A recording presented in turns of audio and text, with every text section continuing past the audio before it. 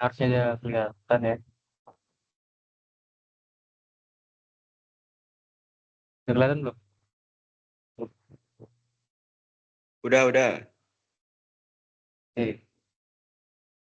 Nah, di sini materi kita itu mengenai gas dan kinetikanya.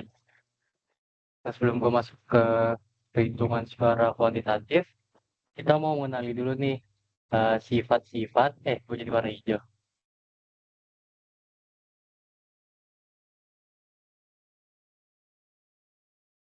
Sifat dan karakteristik dari gas tersebut.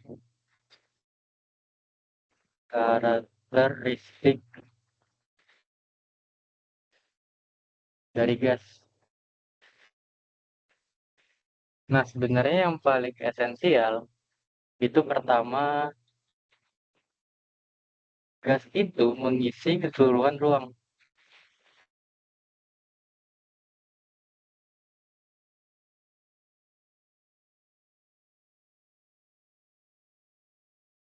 Artinya apa? Misalnya gini, kita mau masukin dalam suatu wadah vakum gitu ya, kita bandingin.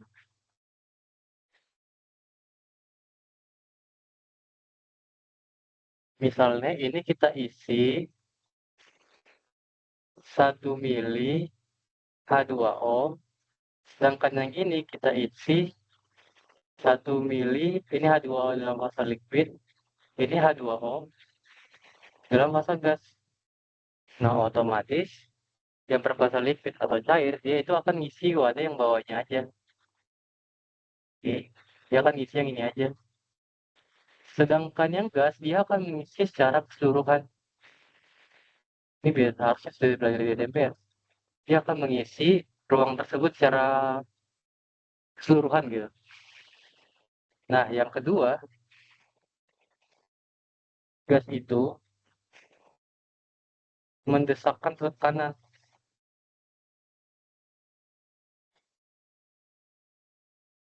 Ini tuh bisa kalian lihat kalau misalnya kalian menjulurkan tangan kalian tuh keluar mobil. Nah, kalau kalian menjulurkan tangan kalian keluar mobil, tangan kalian itu akan kayak ditekan gitu sama udara. Jadi kalau kalian mau kibas-kibas ke depan itu bakal lebih berat. Karena apa? Karena ada udara yang mendesak tangan kalian. Nah, yang ketiga, gas itu dapat dikompresi dan diekspansi. Artinya apa? Kita kasih contoh yang lebih mudah gitu. Misalnya kita punya ban motor gitu ya.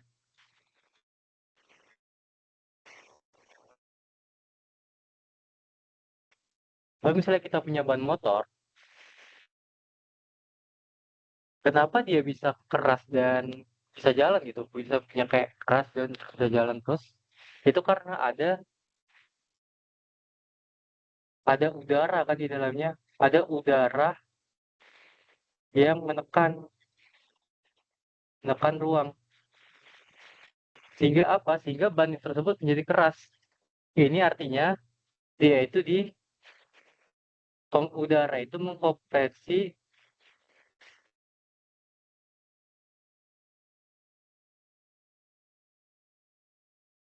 ban. Sedangkan kalau ban kempes, udara akan keluar kan. Ban jadi tidak keras. Yang artinya ban itu tekanannya udah nggak ada lagi.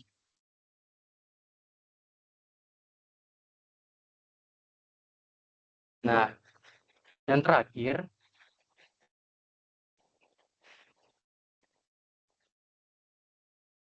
tekanan dalam gas itu berbanding lurus dengan jumlah gas yang mengisi ruang.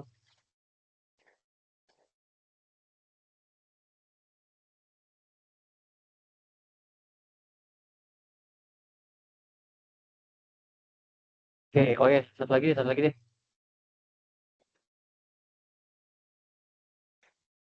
Sebenarnya nggak terlalu penting sih. Roh dari gas itu akan jauh lebih kecil daripada roh dari benda yang bermassa cair. Apalagi kalau dibandingin dari roh yang bermassa padat, ya kan? Nah, itu sifat-sifat dari gas. Nah, sebenarnya secara kuantitatif, apa sih yang mau kita hitung dari gas ini? Nah, the dimension sih dari awal yang kita bakalan hitung itu adalah tekanannya. Nah, sini kita tahu kalau misalnya gas tadi itu kan menekan seluruh permukaan ban supaya ban itu menjadi keras kan. Otomatis gas itu menekan ke segala arah. Artinya apa? Pressure gas ini itu kita bisa hitung dengan cara apa? Dengan cara gaya yang diberikan oleh gas dibagi dengan luas permukaan yang ditekan. Nah, dari persamaan ini nanti kita dapat beberapa satuan dari tekanan itu sendiri, yaitu Pascal. Nah, 1 Pascal itu sama dengan 1 Newton per meter kuadrat. Nah, tapi kan ini jarang kita gunakan di dalam gas ya. Nah, yang kita gunakan dalam gas itu adalah hasil eksperimen dari barometer.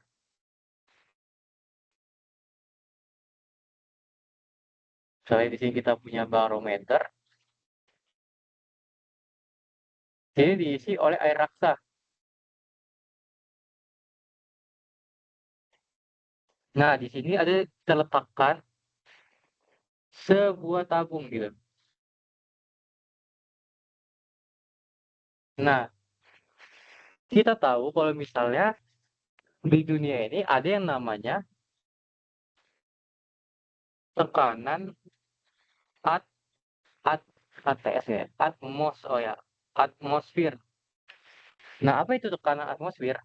Tekanan atmosfer itu adalah gaya berat molekul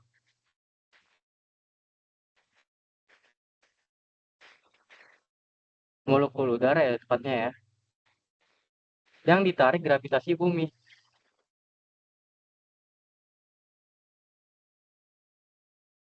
Oleh G ya, gue tulis ini ya. Aduh, kamar gue kecilan nih. Oleh G. Nah, pada akhirnya apa output yang kita dapat dari ini? Nah, karena ada tekanan dari atmosfer yang menekan air raksa ini, maka air raksa ini akan naik kan. Ada suatu gradien di sini. Nah, gitu kan. Nah, hal yang didapatkan itu akan sama dengan 76 cm atau setara dengan 760 mm. Nah, karena di sini kita menggunakan raksas untuk alat barometernya, makanya 1 ATM di sini itu sama dengan 700 mmHg. Inilah yang biasanya kita gunakan dalam satuan tekanan gas. Nah, sampai sini ada yang mau ditanyain? Belum aing lanjut? Lanjut. Lanjut. Lanjut. Lanjut. Udah rame, begituan rame. Nah, selain barometer, ada lagi alat ukur yang namanya manometer.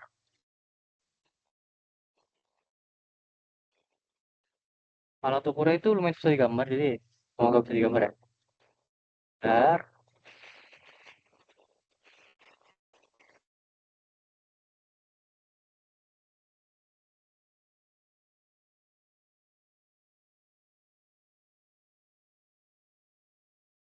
Oke. Nah, kurang lebih manometer tuh kayak gini. Nah, misalnya di sini tuh ada tekanan dari suatu gas tuh.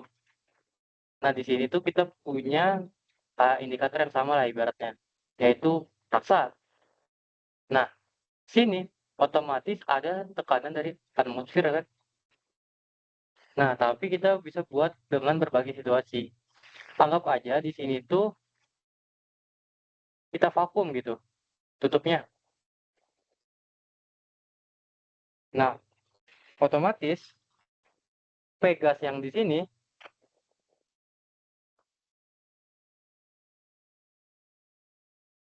itu sama dengan PATM.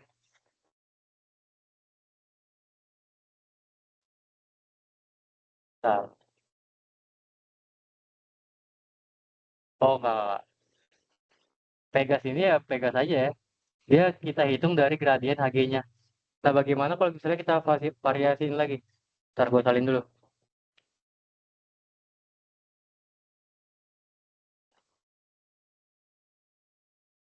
Ctrl C, Ctrl V.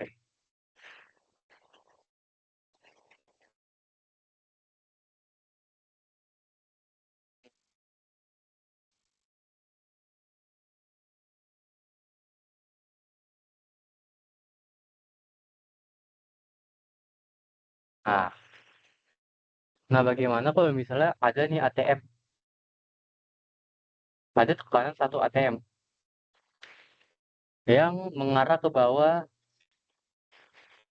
maksudnya ke dalam dari si manometer ini. Nah, di sini kita lihat kalau misalnya Hg itu tetap berada di dalam garis-garisnya gitu. Dia nggak condong ke sini atau condong ke kiri. No, otomatis P gas ini akan sama dengan PATM. Nah, bagaimana kalau misalnya dalam suatu kondisi nih, kita lihat kalau misalnya PATM, terus, aduh, nggak bisa ngapus kayak gitu. Misalnya Hg-nya tinggi, Hg-nya setinggi ini ntar, nih, kayak gini. Nah, otomatis si PATM ini menekan Hg kan, supaya dia ke kiri. Nah, otomatis PATM itu akan lebih besar daripada Pegasnya kan. Nah, artinya kalau kita mau mencari si tekanan dari si gasnya, Pegas itu akan sama dengan PATM dikurang P dari si Hg. Nah, begitu juga sebaliknya. Kalau misalnya nanti yang tinggi justru di kanan, otomatis Pegasnya yang lebih tinggi. Nah, itu singkat aja untuk manometer karena dia nggak bakal keluar juga sih. Cuman di garis. Nah, selanjutnya kita akan bahas hukum-hukum gas secara singkat aja.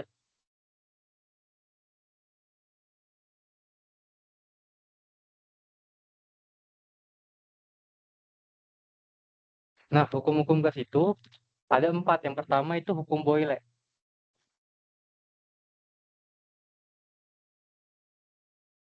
Hukum Boyle ini menyatakan hubungan antara P dengan V. Nah, si Boyle itu menyatakan kalau misalnya tekanan itu berbanding terbalik dengan volume. Pada apa? Pada keadaan molnya dan T-nya dibuat tetap. Sehingga kita akan mendapatkan hubungan kalau misalnya P dikali V itu akan menghasilkan sebuah konstanta. Atau kalau kita misalnya buat dalam persamaan, P1 per kali V1 itu akan sama dengan P2 kali V2. Nah, kalau kita plotkan dalam grafik kartesius gitu ya, berarti yang di bawah ini volume dan di atas itu pressure-nya, kita akan mendapatkan grafik yang seperti ini.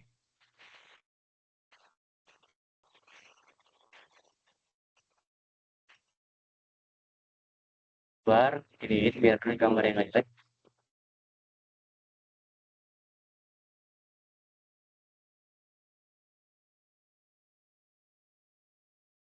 Nah, seperti ini. Nah, gimana caranya biar nanti slope-nya itu ke atas, ya tinggal V-nya ya jadi 1 per V aja gitu. Gampang ya. Boyle kita lanjut ke hukum kedua, yaitu hukum Charles. Nah, hukum Charles ini, dia itu membahas hubungan antara volume dengan temperatur. Nah, apa sih yang dinyatakan? Nah, Charles itu menyatakan kalau misalnya P itu berbanding lurus dengan T. Pada kondisi apa? Pada kondisi mol dan pressure itu dibuat tetap.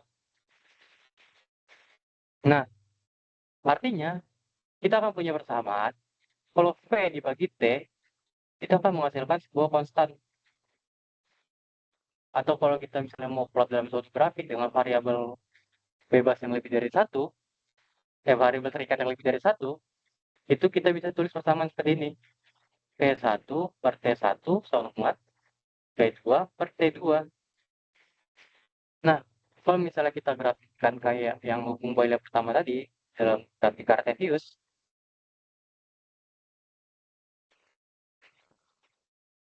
nah kita buat sumbu X-nya itu sebagai T, dan sumbu Y-nya sebagai volume. Nah, kita akan dapatkan garis-garis atau slope yang ke atas atau kayak gini nih. Nah, kayak gini, gimana lagi ya? Kayak gini, sih. Pokoknya garisnya itu lurus kayak K sama dengan 1 gitu. Nah, gini. Nah, sebenarnya dari grafik ini kita bisa mendapatkan suatu penurunan atau suatu pendekatan gitu. Nah, kalau misalnya garis-garis ini kan gua nggak buat di titik 0 ke 0 ya, 0,0 ya. Nah, gimana kalau misalnya garis ini kita ekstrapolasi atau kita panjangin gitu. Kita panjang-panjangin, dia akan mencapai suatu titik, yaitu titik 0,0. Yang artinya kalau titik 0,0, otomatis dia temperaturnya 0 dan volumenya 0 kan. Artinya saat saat di titik ini,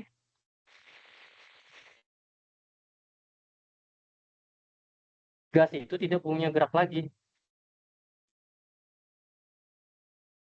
Dia nggak bergerak lagi. Nah, titik ini itu maksudnya apa? Titik ini itu sebenarnya penentuan nol absolut atau nol dalam satuan Kelvin gitu. Yang dimana T akan sama dengan negatif 273,15. Nah, cuman ini kita nggak akan lebih lanjut, itu cuman gua intermezzo aja. Tuh. Nah, kita lanjut ke hukum selanjutnya, yaitu hukum Avogadro.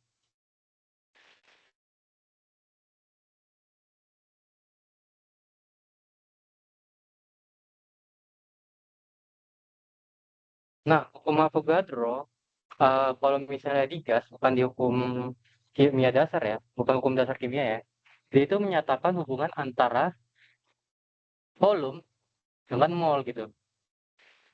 Nah, apa sih yang dinyatakan? Avogadro menyatakan kalau misalnya volume itu berbanding lurus dengan mol. Dalam apa? Dalam pressure dan temperatur yang tetap. Nah, kalau misalnya kita mau tulis persamaan kayak yang di atas, otomatis volume dibagi mol itu sama dengan sebuah konstanta gitu kan. Nah, kalau kita mau plot dengan satu variabel terikat yang lebih dari satu, berarti V1 per N1 sama dengan V2 per N2 ya. Nah, kalau kita mau buat grafik ya dia akan menghasilkan slope yang positif ke atas gini. Dengan N-nya di bawah ya. N effect. Nah, di sini tuh sebenarnya hukum Avogadro itu secara stoikiometris segini. Misalnya kita punya suatu gas gitu. H2 gas kita reaksikan dengan O2 gas itu menghasilkan H2O kan. Kalau kita setarain otomatis H2-nya dikali 2 terus di sini H2O-nya dikali 2 kan. Nah, kalau kita mau reaksikan gitu, kita buat dalam bandingan mol yang sama gitu. otomatis ini setara dengan 2 mol, ini akan setara dengan 1 mol, ini akan setara dengan 2 mol. Nah, karena kita sudah mengetahui hukum Avogadro, mol ini kita bisa ganti dengan volume, dengan dalam satuan apapun gitu. Tapi usahakan liter sih. Karena apa? Karena dia menjelaskan hubungan bahwa volume itu akan sebanding dengan jumlah mol. Nah, berarti ini kita bisa asumsikan sebagai 2 kali volume, ini 1 volume, ini 2 volume, gitu. Nah, satu lagi, ini sebenarnya nggak tahu sih, di dosen kalian diajarin apa nggak ya? Hukum Gay-Lussac. Di aku sih diajarin ya.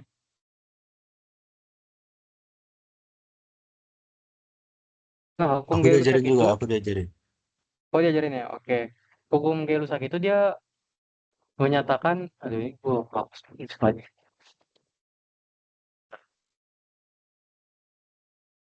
Hukum Gay-Lussac itu dia menyatakan hubungan antara pressure dengan temperatur. Nah, si Gay-Lussac dia menyatakan kalau misalnya pressure itu berbanding lurus dengan temperatur. Nah, sehingga nanti kalau kita mau plot dalam suatu konstan, ini pada pada jumlah mol dan PTN, P yang tetap. Nah, kalau kita mau misalnya plotin kayak yang tadi, berarti P dibagi T itu sama dengan sebuah konstan kan. Nah, berarti kalau kita mau buat misalnya ada lebih dari satu variabel terikat, berarti tinggal P1 per T1 sama dengan P2 per T2 gitu. Ya, kalau mau buat grafik ya tinggal samain kayak aja. Nah, dari keempat hukum ini, kita bisa gabungin yang sekiranya memuat variabel V paling banyak itu. Satu kan memuat V ya, dua memuat V, tiga memuat V. Nah, kita akan dapatkan suatu persamaan nih nanti. Kita akan gabungkan pendekatan dari hukum 1 sampai 3. Nah, tadi yang pertama kita tahu kalau misalnya P itu sebanding dengan 1 per V kan. Nah, ini bisa kita tulis juga sama dengan V itu sebanding dengan 1 per V. Nah, hukum yang kedua yang ada V-nya juga itu kan eh, V sebanding dengan temperatur gitu kan. Nah, yang ketiga V-nya itu sebanding dengan mol. Dan semua ini tuh menghasilkan suatu konstanta.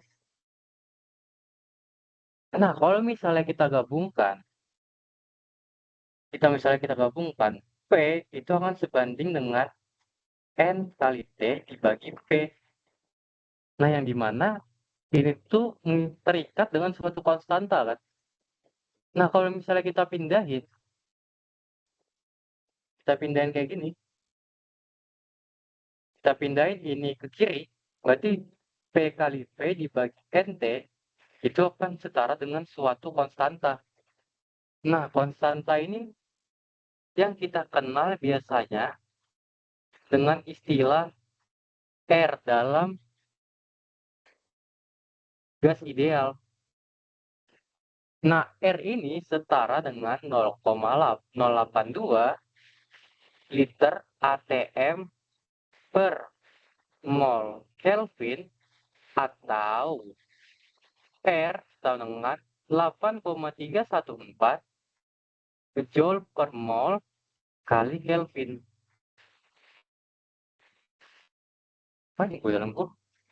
Nah, dari persamaan ini kita akan dapatkan suatu hukum, yaitu bukan hukum si persamaan. Kita akan dapatkan suatu persamaan, yaitu persamaan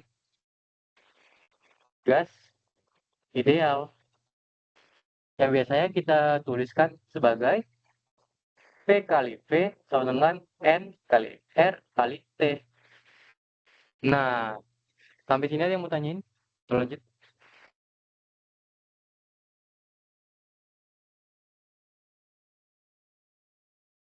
Dari hukum-hukum Mana? Aman. mana. Lawan. Nah, selanjutnya kita akan tinjau apa sih sebenarnya gas ideal itu.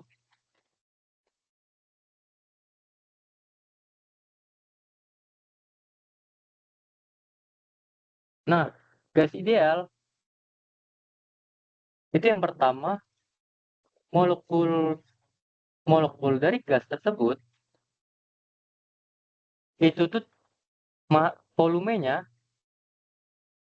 jangan gini tulisnya, dianggap tidak punya V atau dianggap tidak punya volume. Dianggap ya, dianggap tidak punya volume. Nah, jadi gimana kita mau masukin variabel V gini kalau misalnya molekul gasnya tidak punya volume? Nah, volume yang digunakan itu adalah volume wadah.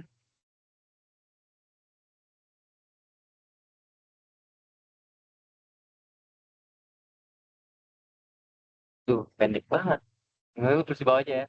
Nah, kalau misalnya di gas ideal, volume yang digunakan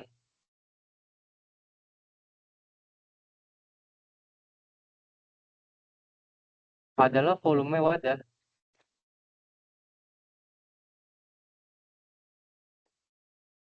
Nah, yang kedua, kalau misalnya di gas ideal, interaksi antar molekul gas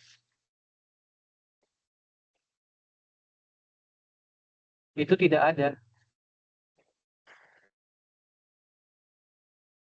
Dan yang terakhir, untuk prinsip gas ideal, jika suatu gas bertumbukan, jika suatu molekul gas bertumbukan,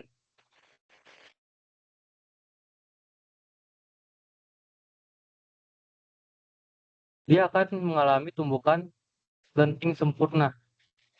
Nah, tumbukannya ini dengan apa? Bukan dengan gas lain ya, kecuali dia bereaksi. Ya bukan dengan gas lain, tapi dia bertumbukan dengan apa? Dengan permukaan wadah. Saat dia bertumbukan, dia akan mengalami tumbukan lenting sempurna. Nah, oh ya, satu lagi. Dari prinsip persamaan gas ideal ini juga kalian bisa menurunkan jumlah volume molar gitu. Nih misalnya, kalau misalnya di STP, standar temperatur, itu kan misalnya ada keadaan 0, 0 derajat Celcius dan 1 atm kan. Nah, kalau misalnya begini, nanti dapat hubungan antar mol dengan volume gitu kan. Nah, hubungannya itu dapatnya itu kayak gini nanti. Volume molar sama dengan kayak gini. Volume itu sama dengan mol kali volume molar. Ini kalau di STP. Nah, volume molar ini itu akan sama dengan 22,4 liter per mol. Nah, ini tuh kalian dapatin dari penurunan gas ideal itu. Tinggal kalian masukin aja. T-nya sama dengan 0 Celcius, ATM-nya 1. Nanti dapat. Nah, gimana kalau RTP? RTP juga sama. Ini gue nggak nulis perhitungannya. RTP nanti dapat hubungannya kayak gini. Sama juga. Kali volume molar. Tapi jumlah volume molarnya itu 24,4 kan. Liter per mol. Cemiu ya, cemiu. 24,4 apa 24 aja gitu. Yang gitu. Oke. Itu untuk prinsip gas ideal. Kita lanjut ke hukum gas yang selanjutnya. Yaitu hukum Dalton.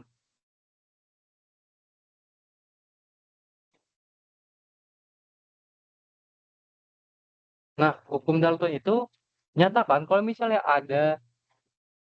jika ada lebih dari 2 gas dalam suatu wadah gitu ya, suatu wadah yang sama, maka P total atau pressure totalnya, gue tegasin ya, maka tekanan totalnya itu akan sama dengan tekanan total dari gas-gas tersebut. Misalnya ada gas A dan gas B, berarti tekanan totalnya adalah PA tambah PB. Nah, yang dimaksud dengan PA dan PB ini apa sih? Nah, PA ini, atau misalnya PB, PA, bebas ya. PA itu adalah tekanan parsial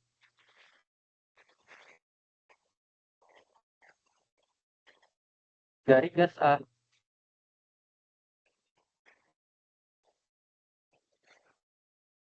Nah, tekanan parsial dari gas A itu bisa kita hitung seperti ini. Dari gas ideal juga. Berarti PA itu sama dengan mol dari A dikali konstanta gas ideal dikali temperaturnya dibagi dengan volume kan.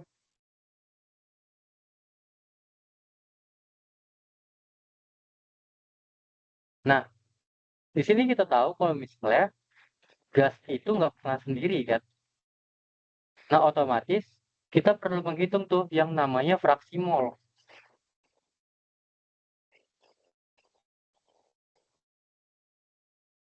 Nah, fraksi mol dari gas ini kita bisa tulis seperti ini. Misalnya kita menghitung fraksi mol dari A gitu. Nah, fraksi mol dari A itu akan sama dengan Na dikali N totalnya. Nah, N total yang di sini adalah Na dan Nb kan, gas-gas yang ada di dalam wadah tersebut.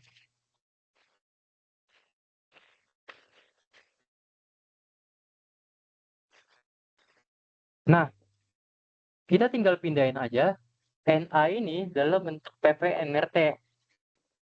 Nah, kita akan dapatkan XA itu akan sama dengan PA kali P dibagi R dikali T.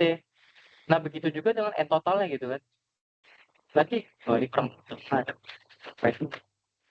Biar bagus.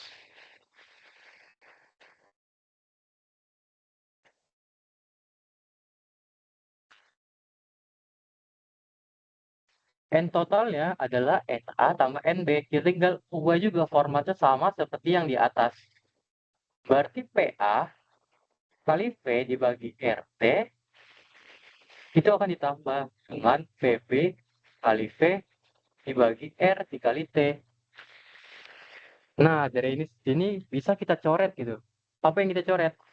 Yang kita coret adalah ini ya.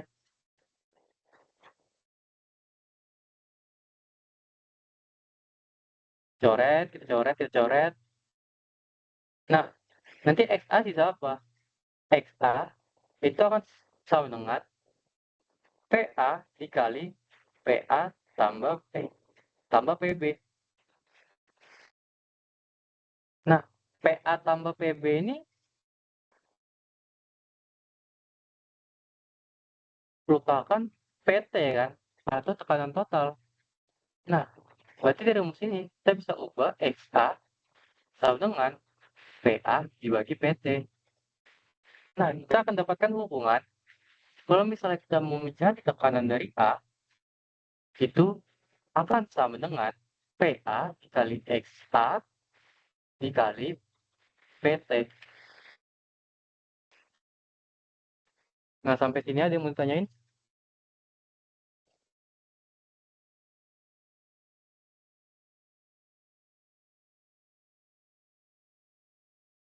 Aman, aman. Aman. Aman. Nah, bagaimana untuk menghitung P totalnya gitu? Nah, P totalnya ya tinggal gini aja tuh. P total itu akan sama dengan gini kan, PA tambah PB tambah seterusnya gitu kan. Nah, berarti P total ya, ini PA-nya kita ubah ke dalam bentuk persamaan gas ideal.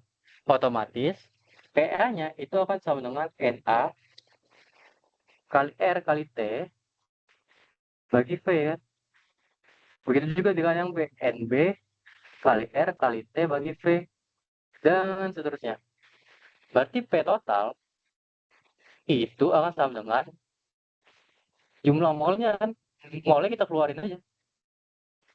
Na tambah NB tambah seterusnya gitu. Dikali R dikali T dibagi V. Nah, itu untuk menghitung P total. Nah, kita sampai ke bagian yang terakhir nih, yaitu teori kinetik gas. Nah, kita tahu kalau misalnya di dalam gas ideal, ini baru gas ideal ya, gas itu terpisah sangat jauh dan dia bergerak acak. Ini gue tulis ya, gas berpisah berjauhan gitu. Dan gerak gas itu dia adalah lintasan yang acak lurus dalam lintasan acak, tapi dia lurus gitu. Nah, misalnya gini, misalnya dari sini dia ke sini. Nah, misalnya lurus gini tuh. Nah, gini. Acak aja tapi lurus gitu. Gerak gas tuh gini. Nah, ini tuh sebenarnya menjawab kenapa volume gas itu dalam gas ideal lebih tepatnya ya, itu diabaikan. Karena apa? Karena Vegas itu sebenarnya infinitely infinite, sorry, very small. Makanya dia diabaikan. Nah, karena kita membahas teori kinetik, makanya kita berhubungan dengan energi kinetik. Nah, energi kinetik rata-rata itu akan sebanding dengan temperatur kalau dalam gas dalam satuan Kelvin. Nah, bagaimana kalau gasnya ada dua, gasnya ada tiga, gasnya ada empat? Ya sama aja. Asal dalam T yang sama,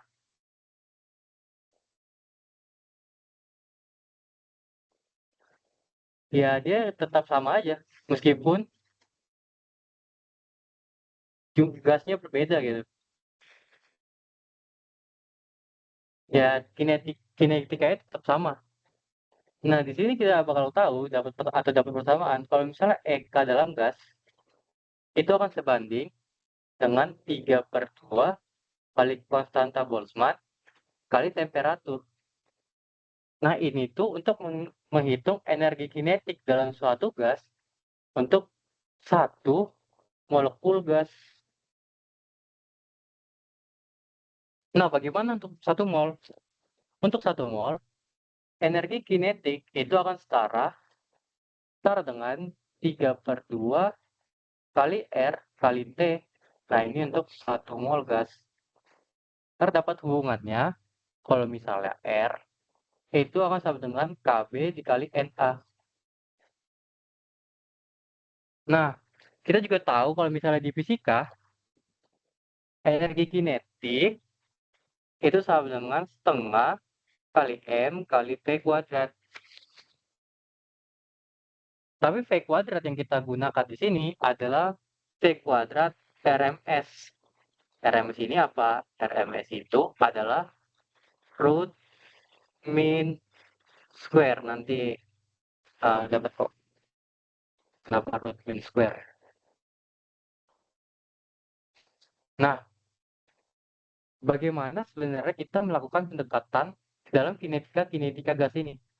Nah, kita gunakan hukum-hukum yang terdapat pada tiga hukum awal tadi. Nah, pertama yang kita lakukan pendekatan adalah hukum Boyle. Boyle menyatakan kalau misalnya tekanan itu berbanding terbalik dengan volume. Nah, tadi kita tahu kalau misalnya gas itu dia hanya bertumbukan dengan apa namanya permukaan wadahnya kan. Nah, artinya pressure-nya ini adalah dia tekanan ke wadahnya kan. Otomatis kalau misalnya kita mau menaikkan pressure, kita akan menaikkan energi kinetiknya. Nah, untuk hukum Boyle, ketika kita menurunkan volume, maka pressure-nya akan naik kan. Nah, di sini tumbukan antara gas dengan permukaan itu akan makin besar. Begitu juga dengan hukum-hukum selanjutnya gitu, kayak hukum Charles. Hukum Charles tadi, dia menyatakan kalau misalnya P itu berbanding lurus dengan T kan. Nah, kalau misalnya kita naikin P, itu akan berimpact ke T-nya naik. Nah, otomatis kinetikanya bakal naik kalau T-nya naik. Karena apa? Karena pressure-nya bakal naik. Nah, tadi gue kasih tangan deh. Tumpukan dengan berat.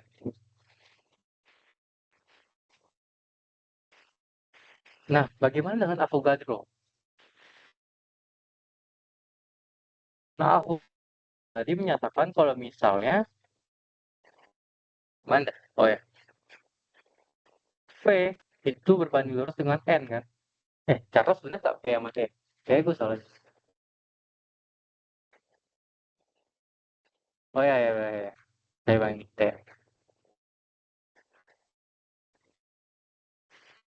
Charles itu kan saya banding T.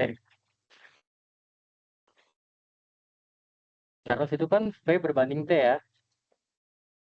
Nah, kalau kita menurunkan, kalau kita menaikkan T, otomatis V-nya bakal naik kan?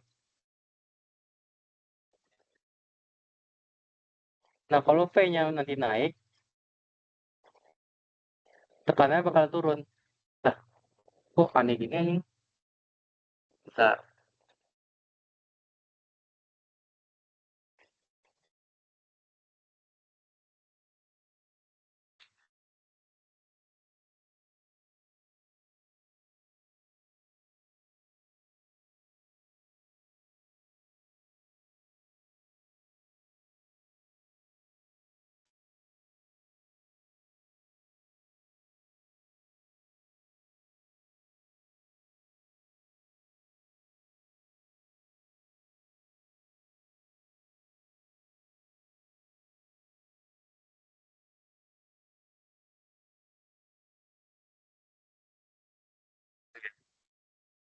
Bentar deh, ini bentar deh. Pasti. Kenapa di catatan gua lurus ya?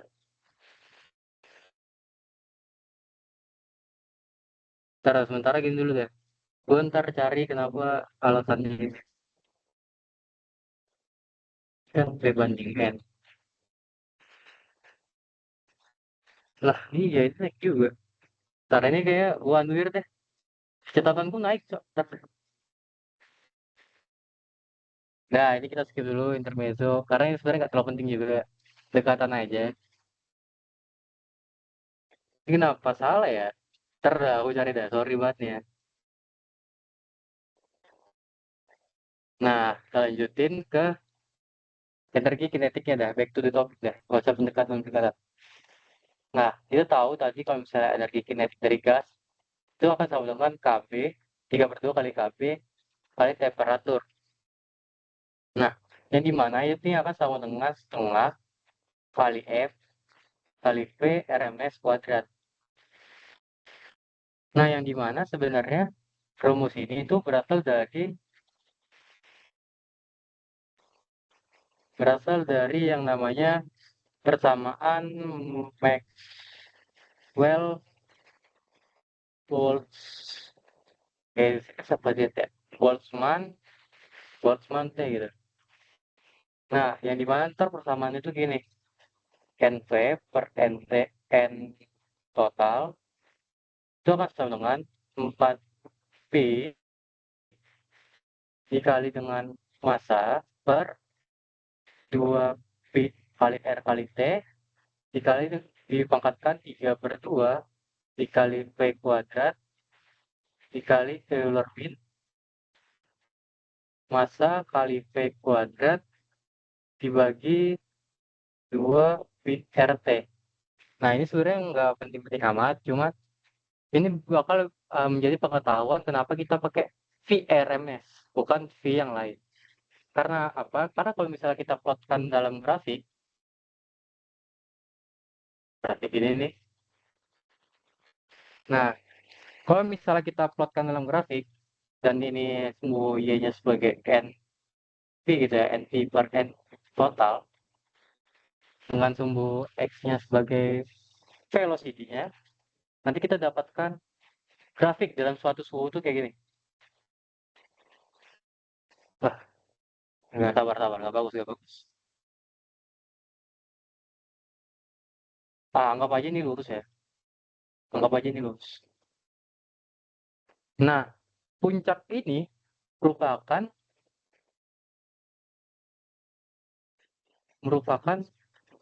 VMP atau velocity most possible. Nah, di gradien selanjutnya di sekitar sini nih, dan ini akan menjadi V rata-rata atau V average. Nah, di sininya tuh baru kita dapatin V RMS. Nah, yang dimana pendekatan rumus untuk tiap kecepatan itu beda-beda. Nah, untuk V most possible, VMP, itu rumusnya 2 kali RT dibagi dengan massa zat tersebut atau massa gasnya. Nah, untuk V average, itu tuh 8 RT dibagi M. Nah, sedangkan untuk V RMS yang akan kita gunakan, itu dia akan sama dengan 3 RT bagi M. Nah, kenapa kita gunakan VMRS?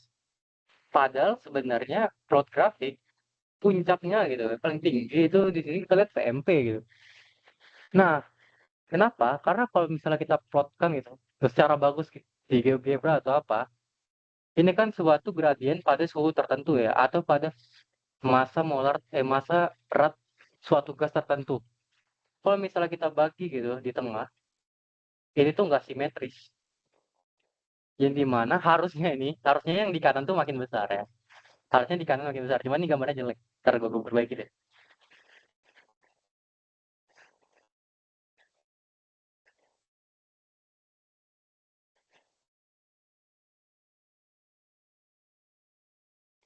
Harusnya ntar yang di kanan itu dia kecil banget. Yang di kanan tuh gede. Yang di kiri baru kecil. Makanya pembagian sumbu, kalau misalnya kita bagi dua gitu ya, itu nggak simetris. Nah, kenapa kita nggak menggunakan average? Itu tuh bisa kita lihat dari sini. Nah,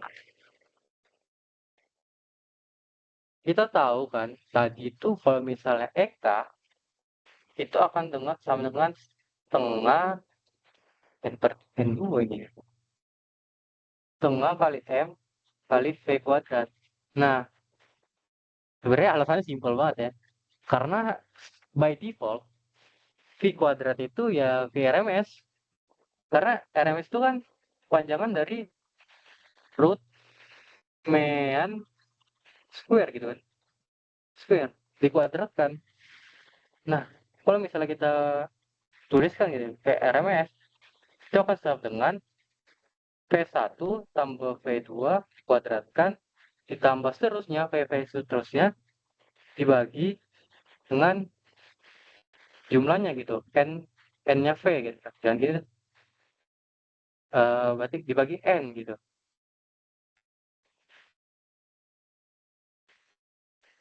Atau misalnya kalau di sini kan cuma 2 ya, jadi misalnya gua tulis 2 aja deh.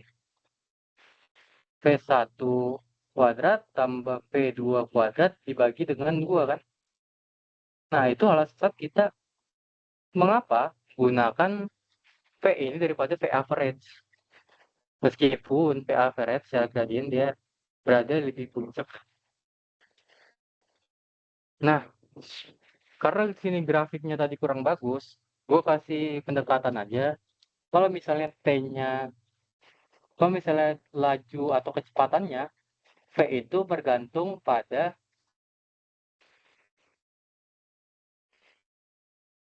dua hal secara fisik. Yang pertama, temperatur. Nah, semakin tinggi temperatur, semakin tinggi suatu temperatur, otomatis, bentar, biar lebih cantik. T, berarti semakin tinggi temperaturnya, dia akan semakin laju. Sedangkan untuk variabel kedua itu adalah keras atau massa molar. Ya. Massa molar dari satu gas. Semakin ringan, dia akan semakin laju. Tapi gue gak punya grafiknya, tapi ya udah dah. Jadi ya udah. Nah, itu untuk energi, teori kinetik gas. Nah, selanjutnya kita masuk ke kasus-kasus nyatanya. Nah, kita masuk ke kasus yang biasanya umum terjadi di gas, yaitu difusi dan efusi. Nah, difusi dan efusi itu, kalau misalnya difusi, itu perpindahan konsentrasi kan. Karena kita punya di sini fungsi di sini A, di B. Difusi itu dia menyebar karena ada perbedaan konsentrasi kan.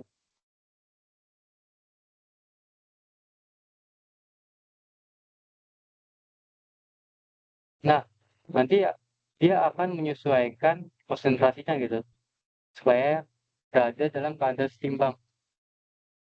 Ini kalau misalnya difusi. Nah, kalau misalnya efusi, seperti apa? Efusi itu kalau misalnya kita punya suatu lubang ya, lubang ini kecil, kecil banget. Nah, misalnya ada suatu, jadi kayak resistor ya. Misalnya sesuatu gas di sini, banyak lah gitu ya. Nah, dia akan berusaha melewati lubang kecil ini. Nah, efusi itu adalah lolosnya gas atau molekul gas dari celah kecil tersebut, kecil dalam sistem bahasa bakunya. Nah, bagaimana membuat kayak gimana ya perbandingannya gitu atau perhitungan teoritisnya. Nah, misalnya kita punya suatu gradien gas gitu. Kita punya, kalau kita mau membandingkan kecepatan N2 dengan kecepatan gas H2 gitu. Nah, karena kita menggunakan VRMS, berarti V dari N2 itu akan sama dengan 3 kali RT dibagi M. M aja lah ya, sama aja ntar. M N2 ya Karin, baru kita bagi lagi nih. 3 RT dibagi M dari H2. Nah, kalau dari hubungan ini, dia tinggal coret kan ininya. Nah, jadi nanti kita dapatkan hubungan kalau misalnya dapat ditulis kalau misalnya Pn2 per pH2 itu akan sama dengan akar dari ntar berarti satu ini naik, berarti MH2 akar MH2 dibanding akar MN2. Nah, sampai sini ada yang mau tanyain terkait difusi dan efusi? Bukan, so aman. Biar kita masuk ke yang benar-benar terakhir. Masih ada satu lagi ternyata. Aman gak nih? Aman deh. Aman. Oh, Aman kan aman. banget. Aman. Nah, terakhir, kalau misalnya ada gas ideal, berarti ada yang menyimpang dari gas ideal, yaitu gas nyata gitu kan. Nah, gas nyata ini tidak memenuhi gas ideal secara utuh. Artinya apa? Kalau misalnya ada suatu gas dalam tekanan atau volume tertentu, dia itu menyimpang. Yang artinya kita perlu menyesuaikan, yang artinya dia ibaratnya tuh kayak masanya dihitung atau tumpukannya galaktik sempurna. Intinya yang berlawanan sama prinsip gas ideal yang 3 tadi di atas. Nah, berarti kalau kita misalnya punya PP sama dengan N kali R kali T, ini tuh nggak bisa dipakai. Tapi ini bisa. Dengan cara apa? Dengan cara kita sesuaikan P dan P-nya dengan suatu variabel. P-nya kita sesuaikan. Nanti akan jadi P tambah AN kuadrat dibagi V kuadrat dikali V dikurang N kali B sama dengan N kali R kali T. Nah, inilah penggunaan rumus untuk hukum gas nyata. Tapi tenang, kalian nggak perlu ngitung ini semua. Karena kita cuma perlu yang namanya pendekatan itu. Jadi yang ini tuh, yang AN kuadrat per V kuadrat, ini merupakan sudah dikasih faktor koreksi korek, koreksi dari P. Sedangkan yang BNB ini tuh merupakan faktor koreksi dari volume. Nah, ntar satuan dari ini, nanti kita lihat aja di soal. Nah, pendekatannya gimana? Pendekatannya kalau misalnya untuk yang A ya, berarti untuk faktor koreksi tekanan ya. Nah, untuk faktor koreksi tekanan, itu kita tinggal pakai pendekatan simpel aja. Kalau misalnya massa dari molekul gas tersebut itu ditingkatkan, maka interaksi molekul itu akan makin meningkat. Nah, saat itu akan makin meningkat. Nah, A sendiri itu, gua tulis satuan karena A sendiri itu punya satuan L liter kuadrat kali ATM dibagi mol. Yang B gimana? Yang B itu faktor koreksi volume. Nah, yang B ini sama kayak A. Kalau misalnya masanya dinaikin, itu interaksi molekulnya akan makin besar. Ya gimana nilai A sama B itu akan makin naik seiring dengan naiknya M. Nah, kalau misalnya massa molekulnya naik, jumlah A-nya akan naik. Begitu juga dengan jumlah B-nya. Nah, karena kita materinya udah kelar nih, dari atas sampai bawah, kita bakal lanjut latihan soal UTS tahun lalu. Jangan kotor ya. Ntar gue mau lihat ceweknya. Di spek. Tadi kan 7 orang deh.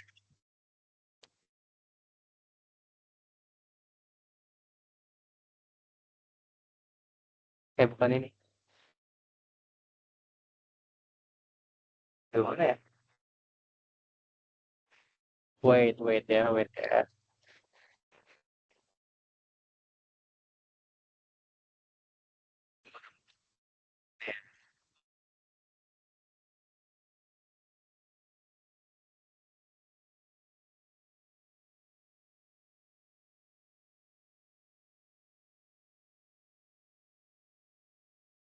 Nah, ini dia. Bukan ini juga, Mas. Sendirinya nggak. Nah,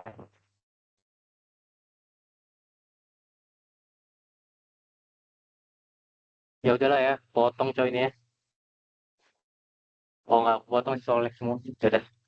Nah, ini soal untuk UTS tahun lalu tentang gas. Kita kerjakan bersama-sama. Gas hidrogen H2 dapat digunakan sebagai bahan bakar besi menurut pertama reaksi berikut. 2H2 gas tambah O2 gas menghasilkan gas H2O. Seluruh gas dianggap bersifat ideal. Ini kita punya informasi pertama nih ya. Sejumlah 200 gas H2 ditempatkan dalam ruang perbakaran berkapasitas 150 liter pada 500 Celcius. Hitung tekanan gas H2 dalam satuan atm. Nah, ini ada yang tahu pakai apa? Buat nyari ATM-nya, PVNRT. pakai ini ya. PNRT ya, gampang ya. Ada ya. Yoi. Nah, kita tinggal masukin aja angkanya ya kan. Berarti P yang kita cari, P-nya yang kita cari kan. Berarti N-nya Iya. itu mol H2-nya kan. 200 dibagi 200 MR-H2. per Ya kan? 2. Dikali 0,082 kali T. T-nya 500 tambah berapa? Tambah 273. 273 Kelvin. Dibagi dengan V. V-nya berapa? 150 liter. Nah, nanti kita dapat 100 kali 0,082 kali 500 tambah 23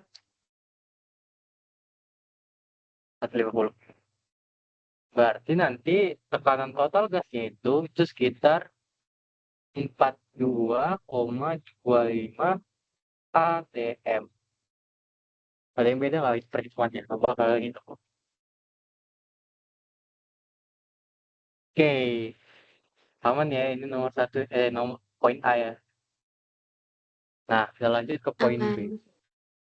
Gas oksigen dialirkan ke dalam ruang pembakaran tersebut. Dan untuk tepat reaksi dengan seluruh gas H2 yang tersedia, hitung tekanan total dalam satuan atm sebelum terjadi reaksi pembakaran. Nah, berarti sebelum terjadi reaksi pembakaran, artinya kita anggap di sini H2O-nya belum ada, kan?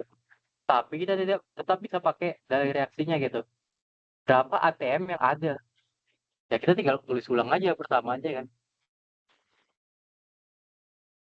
2H2 gas tambah O2 gas menghasilkan 2H2O gas. Nah, meskipun tadi kita nggak tahu nih sebenarnya berapa sih eh meskipun dianggap nih H2O-nya gitu belum dapat. Nah, tapi kan kita udah tahu kalau misalnya kalau H2O memang ya yes lah dibilangnya ya 42,25 nih. Kalau misalnya benar-benar bereaksi. Nah, di sini tapi H2-nya belum dianggap ada. Nah, cara untuk mendapatkan tekan dari H2 dan O2 kita tinggal gunakan yang namanya perbandingan stoikiometri. Nah, kita tinggal bandingkan aja. Berarti kalau misalnya ini 42,25 atm, O2-nya berapa? Dikali 2,5 kan? Bener nggak? Benar. Nah, kalau H2 ya tinggal ikut ya orang koefisiennya sama kan? Nah, kalau udah dapat gini berarti tinggal ini 42,25-nya dibagi 42,25 dibagi 2 berarti 21,25 ini kan? Berarti 42,25 ditambahin ini dianggap nggak ada. Berarti tekanan total sebelum terjadi pembakaran itu adalah berapa nih? 63,50 atm ya. Bener nggak? Benar. Nah, habis ini ada yang bingung Iya. nggak? Nah, ya sabar, gue cek Kita jauh deh. 125 nggak sih, Rik, belakangnya? Sorry. 21 Hah? 125. 21 Oh iya bener juga. 125. Nah, ini setuju gue. Bener kan, tinggi salah kan? Pantas. Eh, Mas, mau nanya boleh nggak, Mas? kenapa? Itu setengah dari mana tadi? Ini kan 2, ini 1. Gue pindahin. Jadi dikali setengah kan ATW. Oh, ya. Oke. Oh, Thank jadi you. nyari tekanan tuh bisa pakai koefisiennya. Bisa. Karena kan sebenarnya H2O di sini tuh dihasilkan dari ini kan, dari yang kirinya kan. Mm-mm. Ya tinggal balikin aja reaksinya. Dibalikin aja. Oke. Karena kita udah dapat asumsi kalau misalnya H2O-nya nanti dapat segini. Tapi kan di sini diminta nggak bereaksi kan. Saat dia belum bereaksi, ya tinggal dibalikin aja. Terus H2O-nya dihapus pas masa total. Oh ya, ini belum hapus. Berarti dapat tetap 63, tapi berapa nih? 375 ya berarti. Iya. Nah, kita lanjut. Setelah terjadi reaksi pembakaran secara sempurna, berarti semuanya habis ya. Dalam satu SDM, hitung uap air yang dihasilkan. Ya sama dong, ya. Ya ini konyol sih. Ya langsung aja nggak sih? Kan kita dapat, ya kan? Di atas kan ini dapat ya. Bener nggak? Sama kan berarti? Jujur aneh nih ya. Nih misalnya gini nih, aku udah ulang deh. Kita pakai reaksi yang ini nih, yang aku putar-putarin nih. Nah, kalau dalam skala ATM, atau ATM ini nanti kalian konversi lah ke mol. Pakai PVNRT lagi. Dengan massa, dengan massa lagi. Dengan liter sama temperatur yang ini. Jadi kalian dapat molnya kan? Dapat mol, kalian bagi-bagi lagi. Ini kan otomatis habis semua kan? Karena di soal B, ini tuh tempat bereaksi dengan seluruh gas H2. Otomatis semuanya habis, nggak ada sisa. Menghasilkan H2O yang maksimal. Nah, H2O yang maksimal, itu kita hitung di soalnya A. Nah, otomatis ini sama kayak soal A.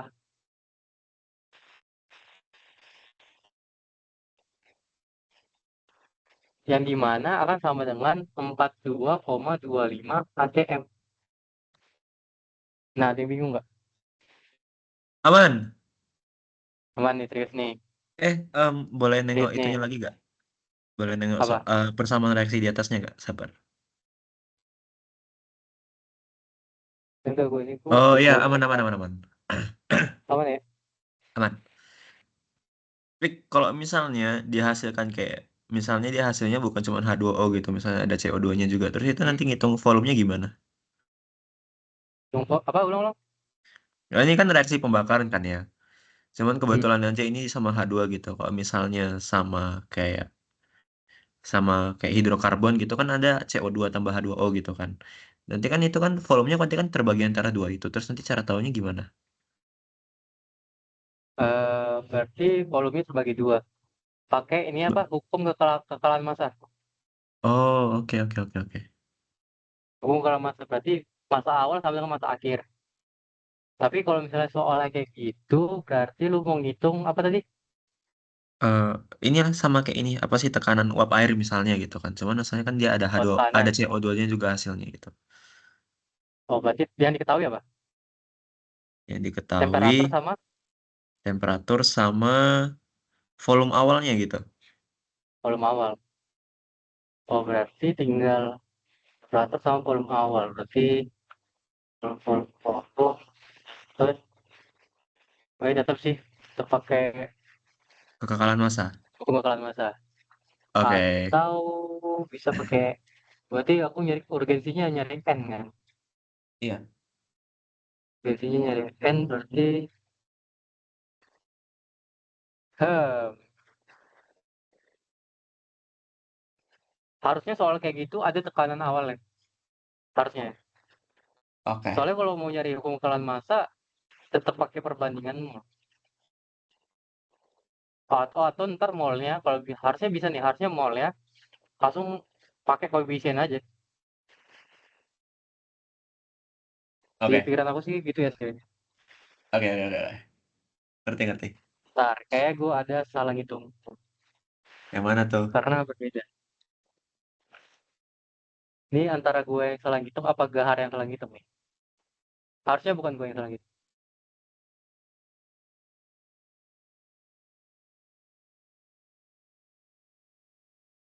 Oke, berarti Gahar yang salah ngitung. Bukan gue. Iya, bukan gue yang salah ngitung. Oh, bukan Gahar sih yang salah. Dia pakai ininya 2,0 sekian. Gue pakai 2 doang. Tapi tetap benar ya. Nah, lanjut nih. Ini yang tadi kita bahas ya.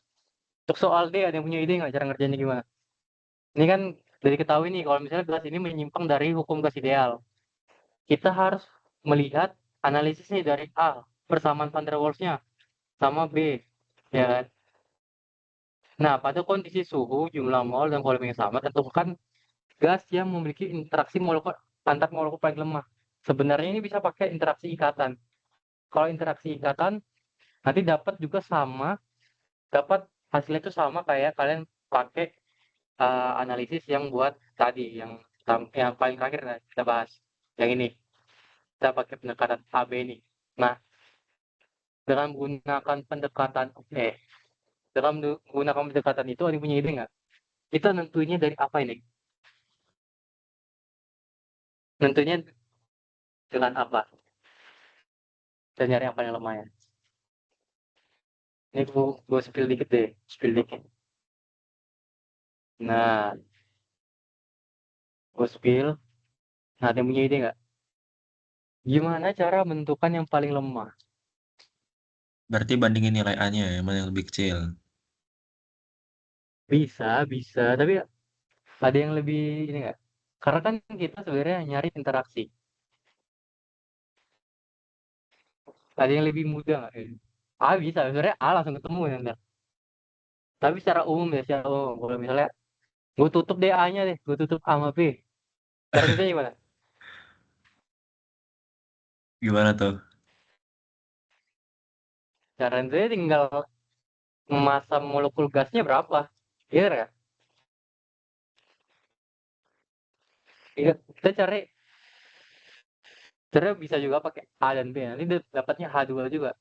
Cuman besarnya A sama B itu dapat dari massa molekul gasnya kan. Nah, berarti kita nyari massa molekul gas yang paling rendah apa yang paling tinggi di sini. Paling rendah. Kalau mau nyari yang paling lemah.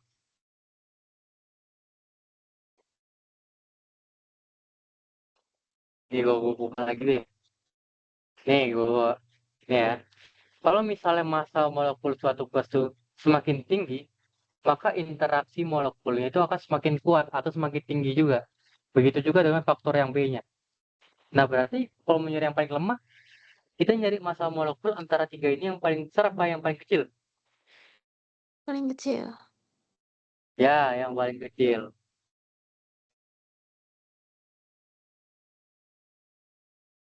Berarti apa? Yang paling A2. kecil nih. H2 ya. H2 itu H2O2. Eh, H2 enggak. benar. H2. H2 yang paling kecil Iya. kan? Hmm. Benar. H2. Terus dilanjut dengan O2 dan yang paling besar H2O. Dan ini juga linear H2O dengan dulu. benar kan? Nah, Bener ya? masa molekul bukannya O2 itu Bentar. Oh iya, sorry. Ya kan? Eh, oh iya benar. Sorry. Iya. Berarti oh enggak deh.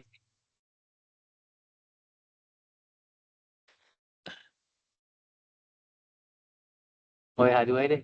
Karena ini gue lihat sini ya. A sama A-nya beda jauh. Tapi B-nya juga beda. Faktor koreksinya beda. Jadi sejauh ini kita simpulin kalau yang paling kecil apa? Pantes dia buat yang paling kecil H2. dong ya. H2 ya. Harusnya yang paling gede H2O sih tetap ya. Tapi Iya. ya gue lihat ya.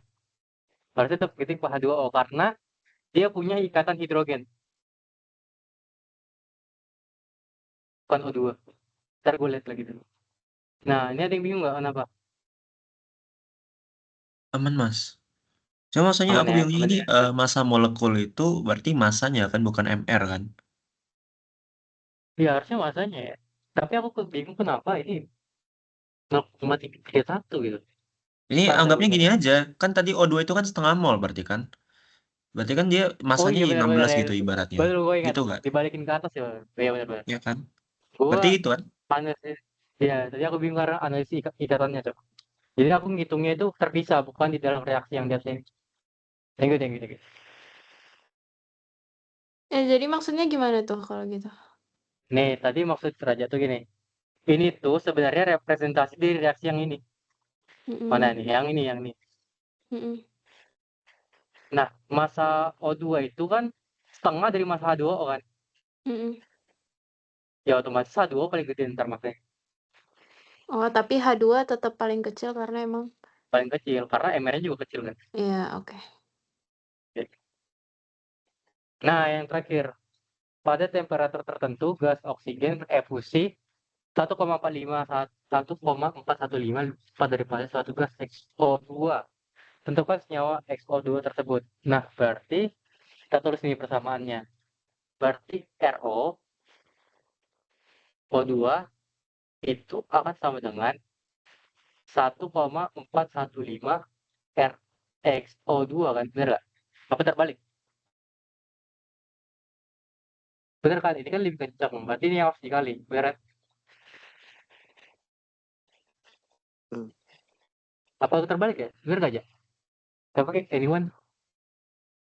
Kalau diperbandingkan bener nggak kayak gini? Benar, Iya. benar, benar, benar. Benar. Bener. Nah, berarti kita tinggal bandingin aja. Kita tahu kalau misalnya RO2 itu akan sama dengan RXO2. Nah, RO2 itu sama dengan 1,145 XO2 dibagi R gede ya. Ya,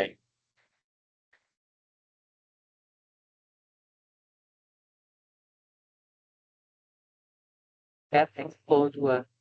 Nah, ini tuh akan sama dengan apa? Sama dengan eh, 3 RT tadi tuh ya. 3 RT tadi, cuman kita langsung balikin aja kan. Berarti O2-nya jadi di bawah ya. Berarti ini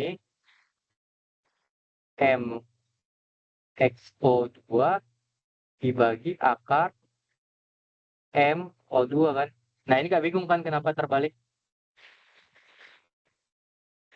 Ada yang bingung gak kenapa terbalik masanya? O2-nya tadi di atas, sekarang di bawah. Kenapa tuh? Apa? Karena super ya, Rek. Kenapa?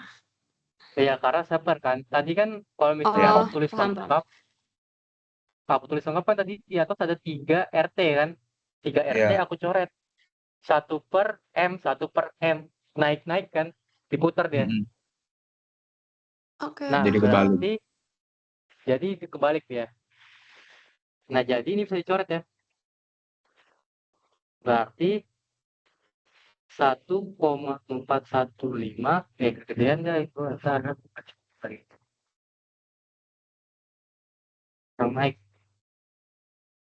1,415 kan sama dengan MX kita cari ya. Kar MX dibagi berapa nih? 32 ya. Akar 32 berapa ya? Akar 32 berapa ya? Oh, enggak 32. 5,65. Hah? Ya, 5,65. 5,656. 57 aja deh. Nah, ini baru kita pindahin kan. Kita pindahin dikali 1,415 dikuadratkan. Nah, berarti ini ntar dipindahin jadi 1,4 kali 5,657 dikuadratkan sama dengan M XO2. Terdapat M XO2 itu sama dengan 64. Nah, berarti kalau mencari X-nya, ngapain? Ngapain kita?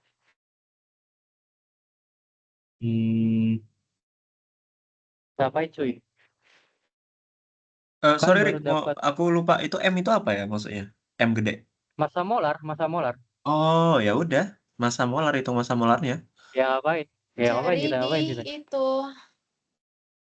Cari Kan kita di belum tahu X-nya apa. Oh Ya udah, iya, cari Kita tahu nyari X. MRX-nya. Kurangin Berarti sama O2, kurangin sama kurangin O2. 32. Kurangin 32. 32 tahu dari mana ya? Tahu. Oh, Ya, O2, no. O2. Sorry, karena O 32 21 16. berarti X-nya Berarti M GE. X sama dengan 64 kurang 32 kan? Berapa hasilnya? 32. Anjir. MX sama dengan MX sama dengan 32. SS. Itu senyawa S ya harusnya. Oke, berarti Belerang. Sulfur. X itu sama dengan sulfur atau S. Udah kelar. Yeay. Dapat kalian Yeay. 17 poin. 17 Berarti poin. berarti lumayan. kalau misalnya ditanya kayak senyawa gitu kita nyari MR-nya gitu ya? Kalau nyari senyawa MR, kalau nyari unsur AR. Tapi sebenarnya tetap massa molar sih, soalnya AR sama MR tuh nggak ada satuan. Oke. Itu biar Oke, sampai sini aman lah ya. Aman banget. Nah, seperti biasa. Seperti biasa. Wait. Bentar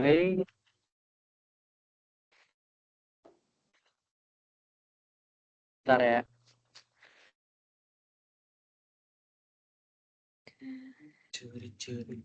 Wait.